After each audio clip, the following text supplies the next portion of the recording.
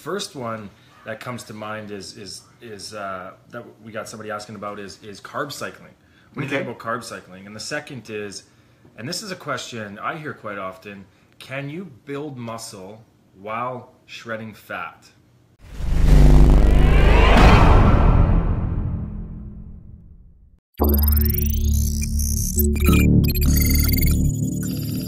All right, Mike, we got two questions coming in from the fitplan community. The first one being, what is the difference between your 12 weeks pro secret fitplan and the 12-week strength gains fitplan we're about to release?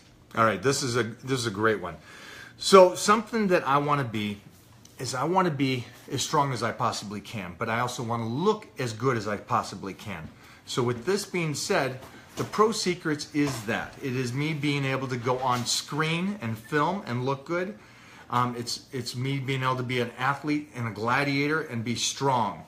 Now, what it doesn't do is it doesn't give you that peak strength, because I want to make sure that my body is still appealing on stage, because I'm on stage every week. So if you're that guy that wants to be on stage every week and live as a superhero, the Pro Secrets is great.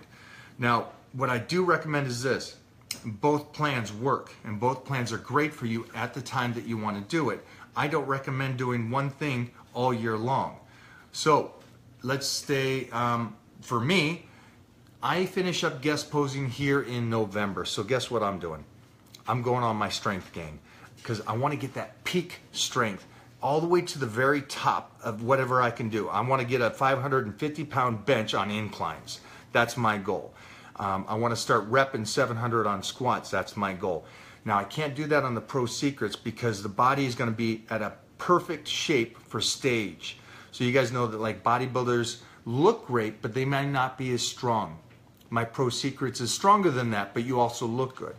Now, my strength program is for you guys that really just want to focus right now on developing that muscle, which I really recommend for the younger crowd. You guys that are really getting into the sport and you need to build some size, this is the plan that you're going to need to jump on. So to build up that strength, here's the side effects of building strength. Muscle. Muscle comes with it. So you got to put that size on that you want to do. All right, guys? All right, Mike, we got a lot of questions about nutrition. People are just very, very interested in nutrition. The first one that comes to mind is that we got somebody asking about is carb cycling. What do you think about carb cycling? And the second is, and this is a question I hear quite often, can you build muscle while shredding fat? Yeah. Okay, so carb cycling. If you are carb cycling, I'm assuming that you're trying to get in shape. So it's great. It's a great way to kick the metabolism into gear and also feel at the same time as you're tightening up. Now, one thing I want you to do though is with any nutrition, again, I would give it a block of time. Give it 10 to 12 weeks, do that program, and then switch it to something else where you're a little bit more consistent. I don't want you jumping around 2 weeks of carb cycling, then 2 weeks of no carbs, and then 2 weeks of 500 grams of carbs. This is where I run into the problem. So try the carb cycling. It's great to kick the metabolism into gear and to tighten up. Here's the other thing. You asked about, can you put on muscle as you are in a deficit? Well, basically, I'm in a deficit for the last 3 years. And I know when I said that, everybody goes, oh, how can you be in a deficit? Basically, a deficit means that you just burned off a little bit more calories than you've taken in for the day. Because I'm on stage every week, I need to be in that kind of condition. And yeah, you can put on muscle. That's the great thing about it. Keep in mind, when you are consistent, consistent beats all. And what I mean by that is if you're getting your workouts in, if you're staying on your nutrition plan day in and day out, that's where it really comes into play that you can put on that muscle. My girl trains 3 days a week, and she eats a high-fat diet, and she's still putting on muscle, even though she, for her, is leaning out. So again, guys, you can do this stuff. I know a lot has been written over the years, but understand everybody's different. So yeah, definitely you can do that. Awesome. We got another question here from the fitplan community. They're asking, can you give me some more information on macros and how they figure out their macronutrient consumption? Well, and it's a ambiguous question, but let me do this. Let me try to break it down for everybody right here. When you're talking about your macros and what you're doing, this is what I want you to take into mind. Let's say you are eating poorly right now. You getting on any kind of nutrition on a regimen, you're automatically going to get in shape. Now, this is something that's really, really important. That's why I'm so excited about the nutrition portion of my app coming out, is that I can change somebody with nutrition alone. Now, that means you don't have to work out. If you're doing your nutrition properly. Now, here's the other side of that. If you are working out 6 days a week and kicking ass, but your nutrition is off, I can't really change you that much. So what I want you guys to do is make sure that your nutrition is on point, okay, as you do this.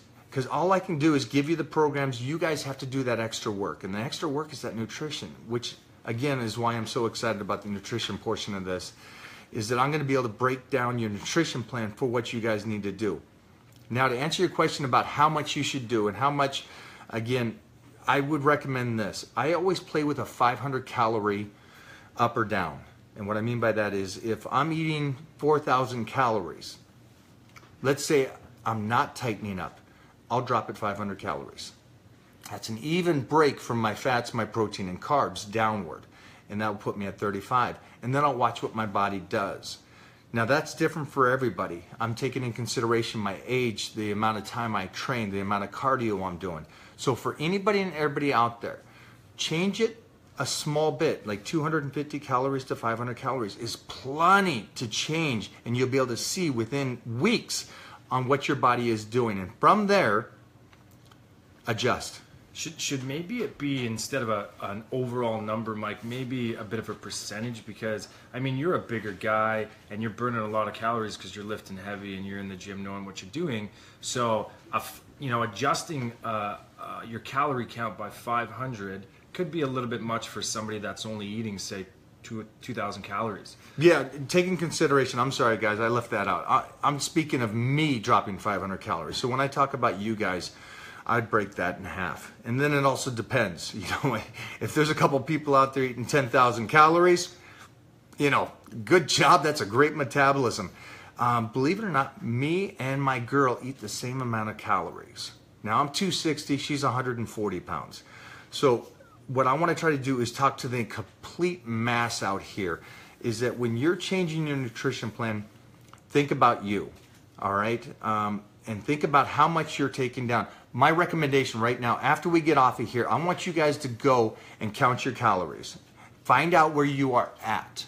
And then feel free to DM me, ask me questions, okay, on Instagram or here, and tell me what your calorie is at and then where your body is going. Is it maintaining? Are you gaining size and strength, or are you dropping?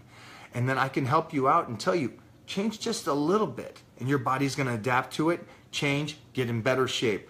All right, guys? Awesome.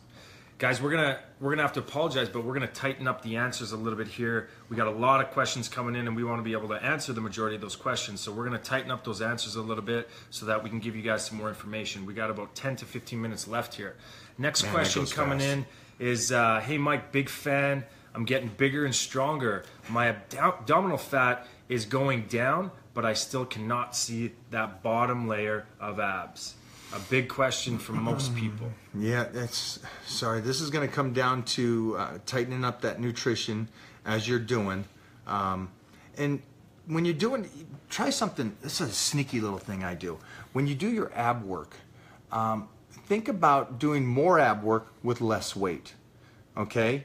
Overtrain it almost. That's how I shrink my waist. By overtraining my abs, I'm shrinking it. That might help you a bit. All right? And also just clean that diet up. Make sure that diet's on point.